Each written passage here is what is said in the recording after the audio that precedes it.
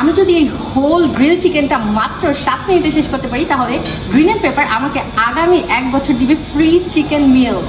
আমরা চিকেনটা অর্ডার দেওয়ার পর যখন অপেক্ষা করছিলাম তখন দেখলাম যে একটা গ্রুপ এসে সেম চ্যালেঞ্জে পার্টিসিপেট করছে। এটা কিন্তু খুবই এক্সাইটিং একটা মুহূর্ত ছিল। তো আমার চিকেন এখন চলে এসেছে অ্যান্ড আমিও চ্যালেঞ্জটা এখন স্টার্ট করে দিব। যেহেতু আমার লেগ আর থাই পিসটা খুবই ভালো লাগে সো আমি স্টার্ট করলাম এই দুইটা দিয়ে। চিকেনটা কিন্তু পারফেক্টলি গ্রিল ছিল, হাইলি রিকমেন্ডেড। আর গ্রিন এন্ড পেপার কিন্তু আমার one of the favourite places in Dhaka. মাত্র 3 মিনিটের মাথায় আমি কিন্তু হাফ চিকেন খেয়ে ফেলেছি।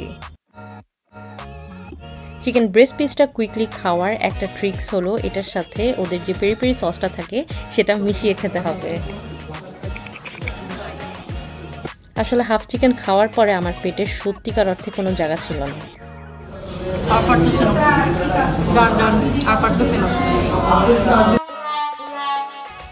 সো পরে আমি আর আমার ফ্রেন্ডরা মিলে আরও কিছু সাইডস অ্যাড করে নিলাম।